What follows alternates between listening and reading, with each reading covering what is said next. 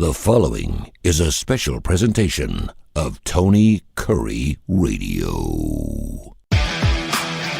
Welcome, everybody, for the second straight week. I'm the leadoff man. Yeah, baby. Keefer and Kurre. After having no original thoughts for like 6 months, Tony always had the onus of having to come up with a topic for the second straight week. I'm on board because a situation that I'm very passionate about, where Tony and I have talked about it before, but I don't remember if it was a whole show or if it just came up in the conversation. I think that's what it was. We were talking about sports being unaffordable for the average fan now, and not only the average fan, the above average fan who's for almost every regular person in the country.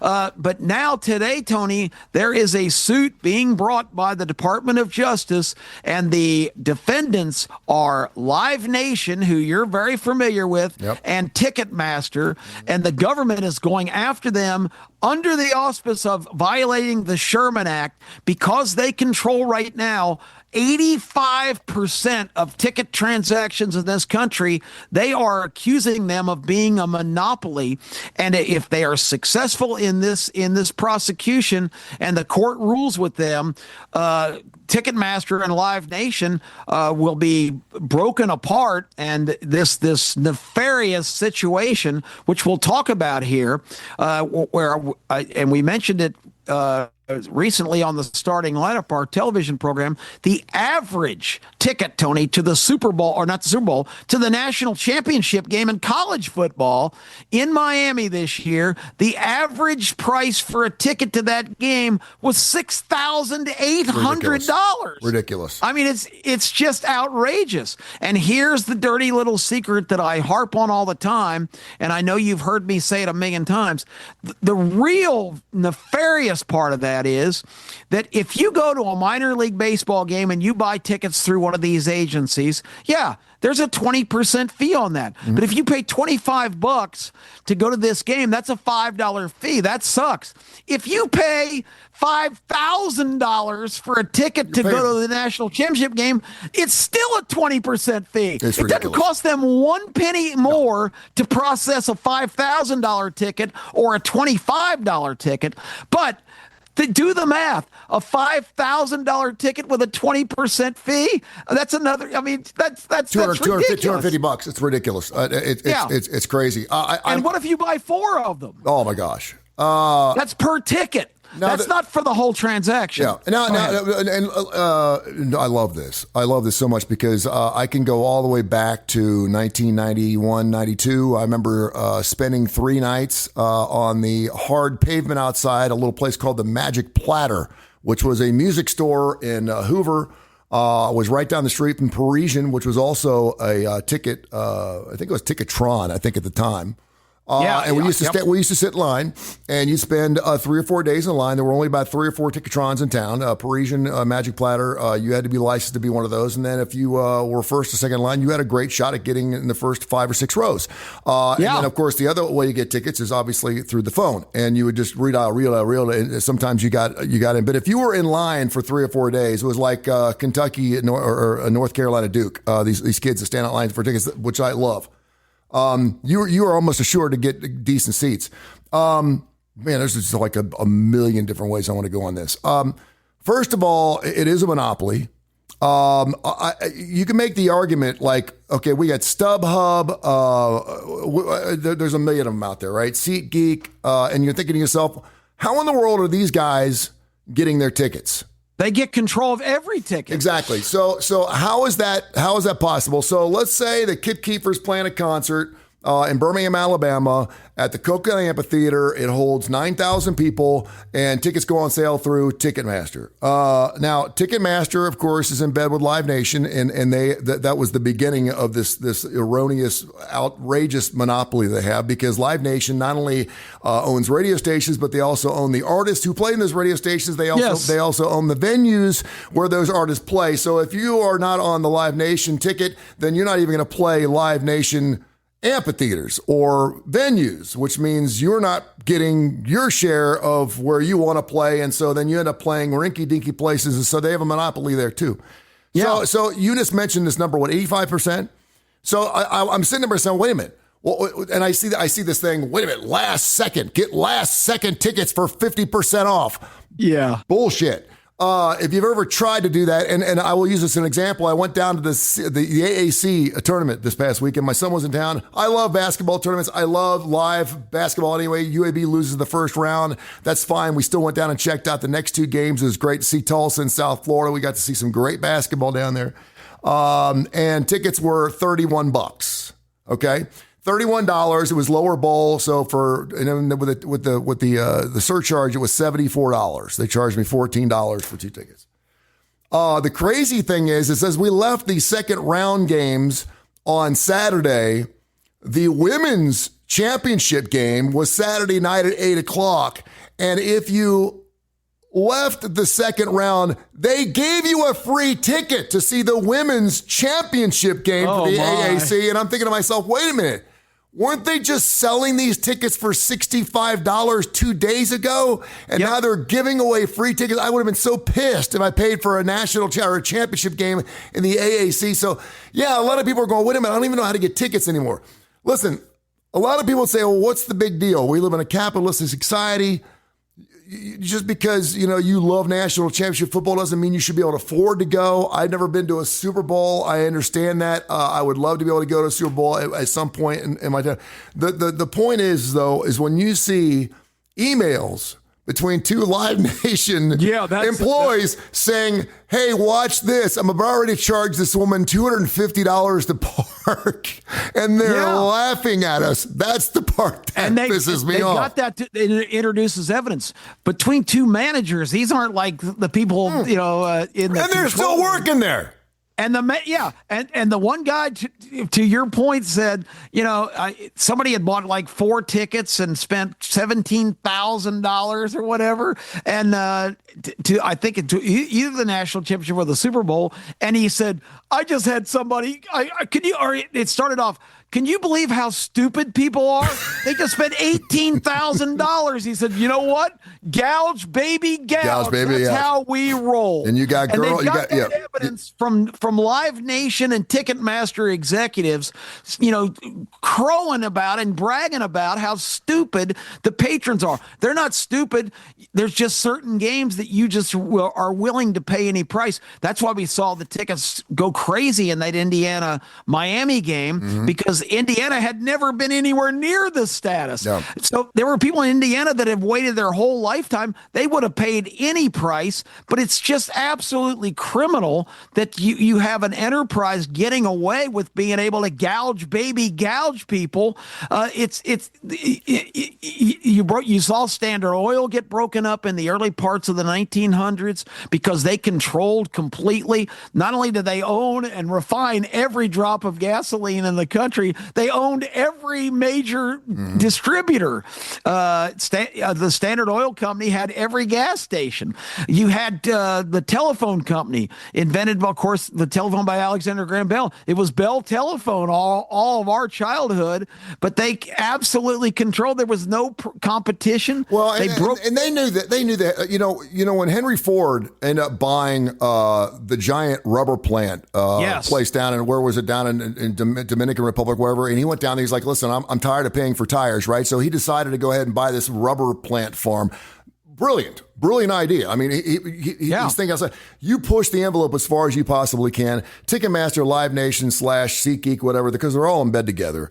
And you're probably asking the question as a person, well, how do these places get tickets? Because the minute tickets go on sale, like it used to be 10 o'clock every Friday morning. Def Leppard's coming to town, 10 o'clock, Ticketmaster, get your tickets now, blah, blah, blah, blah, blah. And that's why you waited in line, because if you got up there at 10 after 10, you could get some great tickets. Exactly. And now the minute it goes on sale, well, those tickets aren't available. 2 days before they go on sale, you can get on the Ticketmaster location or SeatGeek or StubHub, and they've already got tickets for sale before they actually go on sale, because they've already been allotted their number of tickets, and that's going through Ticketmaster. They're saying, okay, you're going to get 30%, you're going to get 30%, you're going to get 30%, and I'm going to go ahead and take my share and do that. It is a true monopoly. They're all in bed together, and it sucks. It's horrible. The only pro I like about the way it's going now is if I truly want to go to a concert now, I can go. You can get tickets. Yeah, that's exactly right. I mean, if I want to sit front row for AC/DC in Atlanta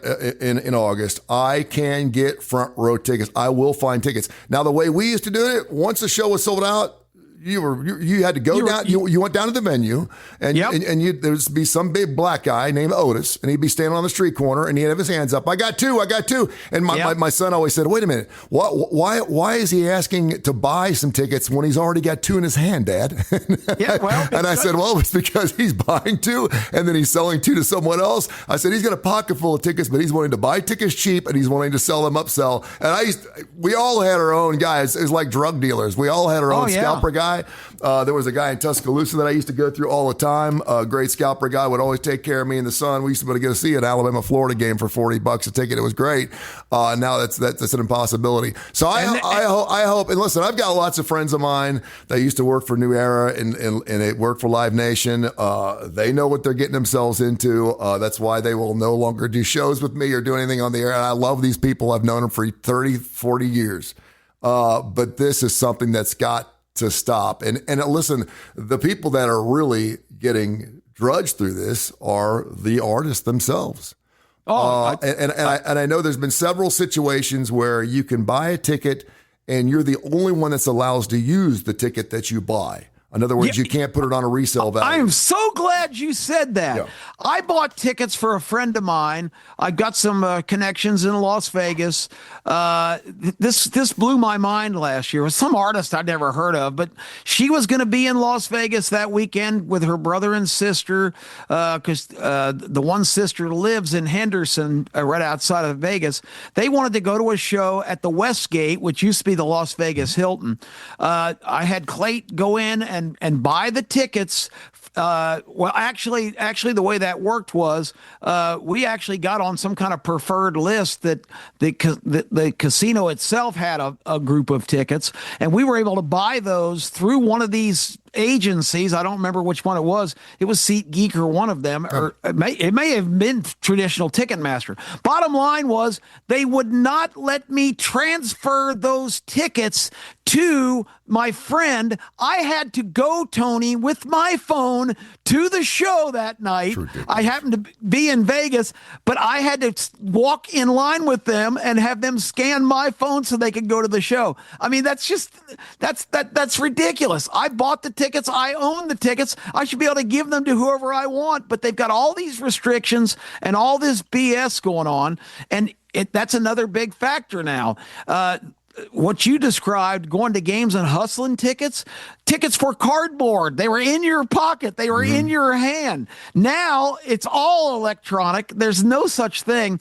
I can't tell you what just little hustlers we were in my high school years. We went to every hockey and basketball game. We'd go down there with like 10 or 12 bucks in our pocket. You know, we didn't have any money. We were high school guys. But we had this great thing where we'd stand out at the beginning of the walkway where people come down the aisle to go to the Omni, and we go, "Who's got extra tickets? Who's got extras?" and always there would be some schmuck who'd go, "Yeah, I got a couple extra." And you'd say, "What do you want for them?" And he'd go, "Oh, they're $18 tickets." I said, yeah, but nobody's going to pay face value because there's tickets everywhere out here. I'll give you $7 a piece for them. Okay. They just want to get rid of them so they can go in the building. We went to every game. We never missed a game. We wheeled, we dealed. We usually had enough to stop by the Varsity and get chili dogs afterwards because we would buy enough tickets and then sell them to other people that didn't really know what was going on.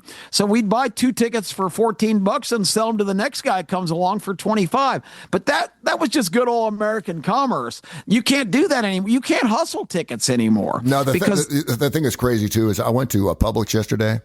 I realized that my calendar was 2025, right? It was on the last month, right? And so I'm thinking, I need a new calendar.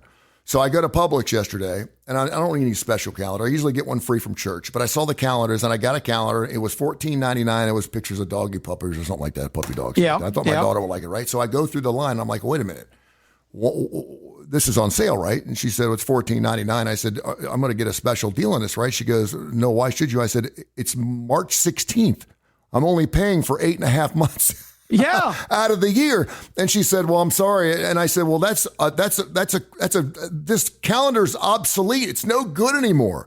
It's 3 months old. I said, you should be giving me this calendar, at least get it at half price. And so I met with the manager, and I was kind of joking, but I kind of wasn't. That happens the same way with Ticketmaster. If you get to a game and the game has already started, they still went full price for the tickets. We used to wait till like the third inning, and at Old Crosley Field or Riverfront Stadium, and you get in for a walk because you knew they were going to have to eat the tickets. If you're doing this stuff on StubHub, they don't care because the market prices on all the other tickets are so high, they can eat it. They can eat the price, which is unbelievable. And then ultimately, you have a bunch of empty seats in an arena that should be full because all the tickets are gone. It's crazy. It's ridiculous. I don't. How do you fix it?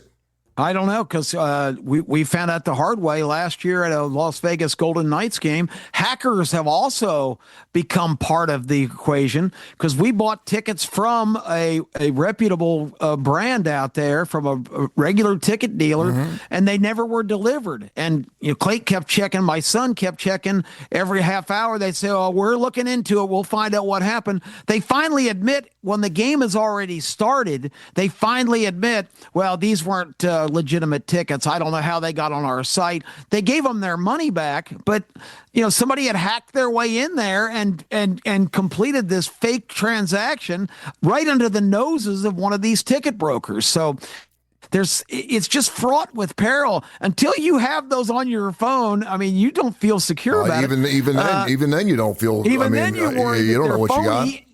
Yeah. The guy scans it, goes, yeah, these don't scan. I've been there. I've had that happen to me too at Rickwood Classic. We actually bought tickets for that St. Louis Cardinals game, and the tickets we got were fake. And they went and scanned and said, I'm sorry, there's no good. And it was out $175. It's like, you got to be kidding me.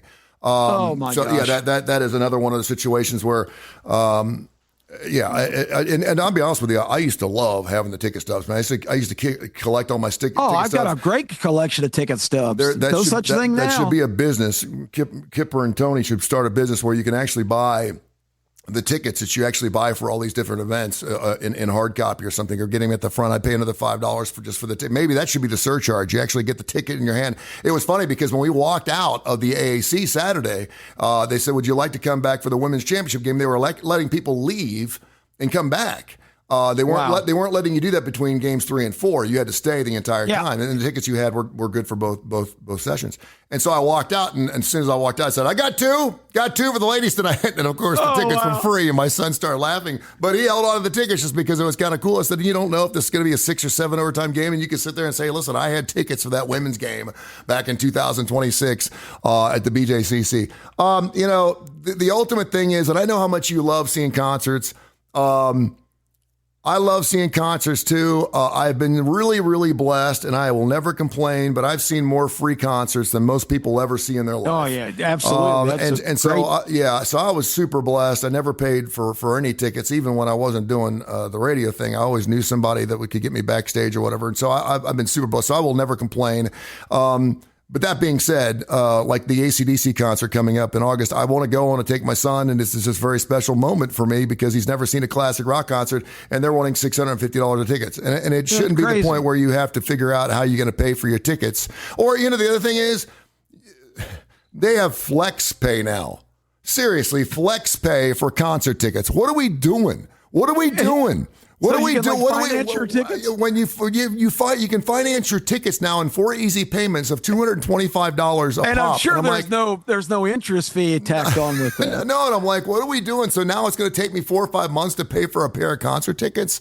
It's ridiculous. Unbelievable. Yeah. And I'm not a Kid Rock fan. I mean, Kid Rock is kind of a misnomer in the music world. He's had some commercial success. He's now become this right-wing kind of spokesman guy. But he made a lot of sense yesterday. He was on one of those news programs in the morning, and he's saying, look, I'm a performer. I don't have any say-so in how much My tickets are going to be what they're going to charge for my show. I don't have any input on what arena I'm going to play. They tell the performer all that. And if the performer says, I don't want to play that arena and I don't want you charging $700 a ticket for my show, they'll say, well, good luck to you. Yeah. Then you're not getting your paid $125,000 to play tonight there, Kid Rock. Exactly. Exactly. You play by their rules or you don't play. And you know, all this really blew up, Tony, just a couple of years ago, and this is another sad statement. I hate to always be beating down Congress, but good grief, they deserve to be beaten down. And this is not Democrat, Republican. This is on both sides. Remember about 3 or 4 years ago, Taylor Swift was going on the big tour, and tickets were like $10,000 to see her in like Columbus, Ohio. It's just ridiculous. And a lot of these guys had teenage daughters or young women daughters, and they, Daddy, I want to get tickets to Taylor Swift. And these guys did not have the juice to even get congressmen to get tickets. And remember, somebody caused a big hubbub about it. They brought it up and drafted some kind of bill in the House to start this kind of movement. And then all of a sudden, that just disappeared. And Tony, guess how it disappeared? The way everything is adjudicated in Congress, they got their pockets filled up by these pirates that saying, look, you don't need to make such a big deal about it. Here's 2 tickets to Taylor Swift. If they can't afford to buy tickets, they're not going to use them anyway. And they're selling out, so everyone's got their tickets. They're happy, right? So they bought their way out of that trouble, or this might have been solved 5 years ago. And that would have saved a lot of people a lot of money between now and then. That's for sure. Yeah, I mean, it's just ridiculous. It's funny. I go back. Do you remember the Oregon game, the national championship game? This was the first time where I was like, wait a minute, something's not right here, because we have a local ticket guys, ATICs, who do a lot of stuff with Alabama football. And I know Steve, I know Dan, those guys are really good guys. They've been in business for a long time. They do business right. They're in the middle of all this stuff, trying to figure out how to get tickets for different things. They're having to wheel and deal with all these little because they used to do it right. And I still can't believe they're in business, but that's why, because they do business right. But I remember they did ticket packages, and they weren't the only ones. There were several of them out there. They did ticket packages, travel packages, and couldn't deliver on the Auburn, Oregon tickets. Do you remember that? And I can't remember what exactly happened, but I remember thinking to myself, wait a minute, you've got tickets for the game, and now they're telling you that they ran out of tickets, like they overpromised and under-delivered. And I'm like, how is that even possible? Because how can you sell something that you don't have? And that was at that point. When was that, 2014? I'm right around there, yeah. I'm trying to think to myself, I thought at that moment in time, I was like, something's not right. We're selling tickets that we don't even have in our hands, and people were buying airline tickets. They were already out there, and all of a sudden they're being told, hey, by the way, your tickets didn't come through. They got their money back, but you don't fly all the way out to L.A. to find out you don't have a damn ticket to the game. Yeah, there's no customer service. I mean, the customer, just look at those email exchanges. The customers are buffoons. We've got the greatest. It's like the wagon in the Old West that rolled into town. This snake oil will cure every ill you have. Give us your $8 or probably 80 cents or whatever. But they're the snake oil salesman of our era, and there are all kinds of abuses. Of course, the pharmaceutical people right now should be getting busted by all these ridiculous spots you got to endure. My favorite right now, Tony, I listen to Pandora a lot, and there's this commercial comes on, and this guy goes, my schizophrenia is making it very difficult to feel like me. And I'm going, well, no wonder, dude, you're 17 different people. And he's pimping for some drug that's supposed to help this situation. But it's so ridiculous because you can't go buy that at the drugstore. You've got to go ask your doctor about so-and-so. Now they got pharmaceuticals for animals. They're doing dog pharmaceuticals. That's huge.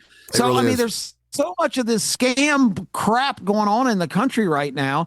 All the pharmaceuticals are buying all these big ads and advertising campaigns on the networks and all these program distributors because they're basically buying their influence. Once again, we're back to Congress, where the big pharmaceuticals are. That's how they spread the money around to all these different branches because they're advertising.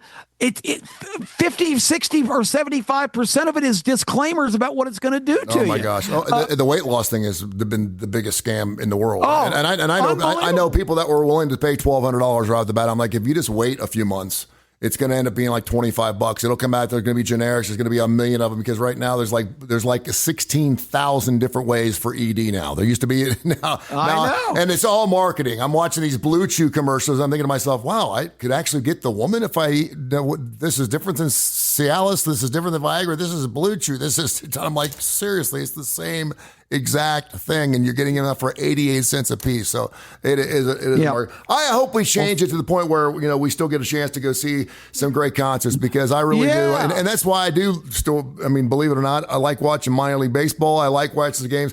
The other thing, and I'll say it right now, the BJCC is robbing you blind. Make sure you eat before you get down there. I got a popcorn, I got a pretzel, and 2 drinks, and it was $29. $29 for a popcorn, a pretzel, and 2 drinks. It was outrageous. It's a ripoff. I told my son, I said, listen, honey, I love you. And I said, I like to provide for you. I like to show you good times. I said, but if you're hungry, we are not eating at the BJCC. We're not eating there. We're not eating anything run by the BJCC. Go to Bartow Arena and you get yourself 4 hot dogs, 4 popcorns, and a drink, and get that for like $10, and that's great. Yeah, I appreciate you, UAB. It is a ripoff. $9 for a smart water. It's ridiculous. That's just ridiculous. I am the biggest fan of free enterprise, free market, capitalistic society, but you've got to make these people play by the rules. Yep. You cannot allow these strongholds, and the BJCC is just another example of that. And they don't take cash. And they don't take cash. Oh, yeah, no cash. Once you're in there, and if you're thirsty or hungry for your 4-hour stay, what are you going to do? You've got no alternative. You've got to pay the ransom for a $15 hot dog and all that. I mean, it's just outrageous what they're getting away with. And gouge, baby, gouge should be the national motto right now. Well, it's going to be really interesting. Let's fix this. You and I have been to enough sporting events, probably thousands between the two of us. Yeah. So what could they do? What could they do to save us a ticket price? Have a percentage that could be over the actual ticket price itself, or and you can't go any higher than that. Then how do you regulate that? I don't know. You got to cap that. You got to cap that percentage. And if you look at the breakdown, if you buy tickets, I'm sure you have. It's got that. It's called a handling and processing fee.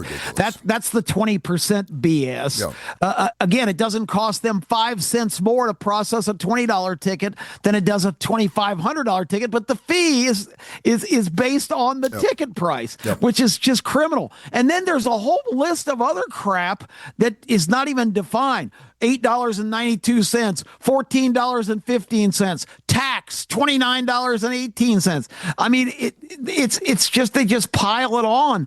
There's got to be restrictions on the fees on tickets. I mean, free market, for the Super Bowl, that's going to be a $5,000 or $10,000 ticket because it's in that much demand, and corporate America is involved in that. There's some events you can't save. But the biggest change that has to be made is there's got to be some kind of a system where all of these ticket brokers don't have the first opportunity to gobble up every available ticket. That's very important. That's right. And that's the key fundamental of the whole thing, because that takes away the consumer's ability to, like you said, it used to be if you were determined to go to a game, you could make the sacrifices. I just saw a thing the other day on an old Big Bang Theory thing that they're trying to get tickets to Comic-Con, and they're on 4, 3, 2, 1, dial. And they're all dialing and they're trying to get in and get on the queue. And I mean, that was just as recently as 8 or 10 years ago, that was still in play. That's not in play anymore because the only people that have the tickets, you have to go through their sites because they are in the bed with these providers, promoters. Live Nation, Ticketmaster is the granddaddy of them all. But all of these partners they have, they control every single solitary ticket, and it's got to stop. Well, and I think, really, too, remember all this stuff really blew up right after COVID. And we weren't allowed to have concerts. You couldn't be at concerts. We didn't have concerts for 2 years. And sometimes I wonder, because sometimes it reminds me of the beach. I remember when they had the BP oil spill and people were like, no one's going to be going to the beach for like the next 10 years because there's going to be oil all over the place. I said, no. I said, it's going to be 1 year. 1 year, they'll clean it up. You won't even see it. And everyone will miss the beach so damn bad that they will pay whatever it takes to get back in there. I remember in 2000, like the year before the oil spill, I got like a condo for the entire week for like $1,300. Wow. And then 1 year, obviously it was dirty, it was clean. We still went down. We just didn't go in the water. And then the next year it was like $3,200. And I'm like, what in the world? For the same place, the same exact place, charging 30, because everyone couldn't wait to get back down the beach. They were willing to go slop around in oil like a doggone, like a blue herring. And they didn't give a shit. They were going to go ahead and slop around the oil. They didn't care to be at the beach. And so sometimes I wonder, because everyone talked about COVID was going to be the death of the live show, that we just weren't going to have live shows anymore. And well, that kind of blew up in our face because I think a lot of people missed the live show so much, including the likes of Stevie Nicks, and people didn't even want to do shows anymore. And then we realized, oh my gosh, this may never happen again. And now they can't stop doing shows. Now they want to do shows every single night. So, and a lot of those people were out there in Las Vegas. Well, I know we got to wrap it up, but here's my advice to anybody who's really desirous to go to a game or something and avoid some of that. There is still such a thing as people, and I'll use Alabama as an example. My longtime broadcast partner, and at times my kind of my true love. She wanted to come to the Alabama-Georgia game 2 years ago. We were lucky enough to see an ad on Facebook from people that actually were in the Tide Pride organization that they buy their tickets for the whole year. Season ticket people. If you can deal with somebody who has season tickets, people always have circumstances where they, one game they've got a wedding or they just can't go.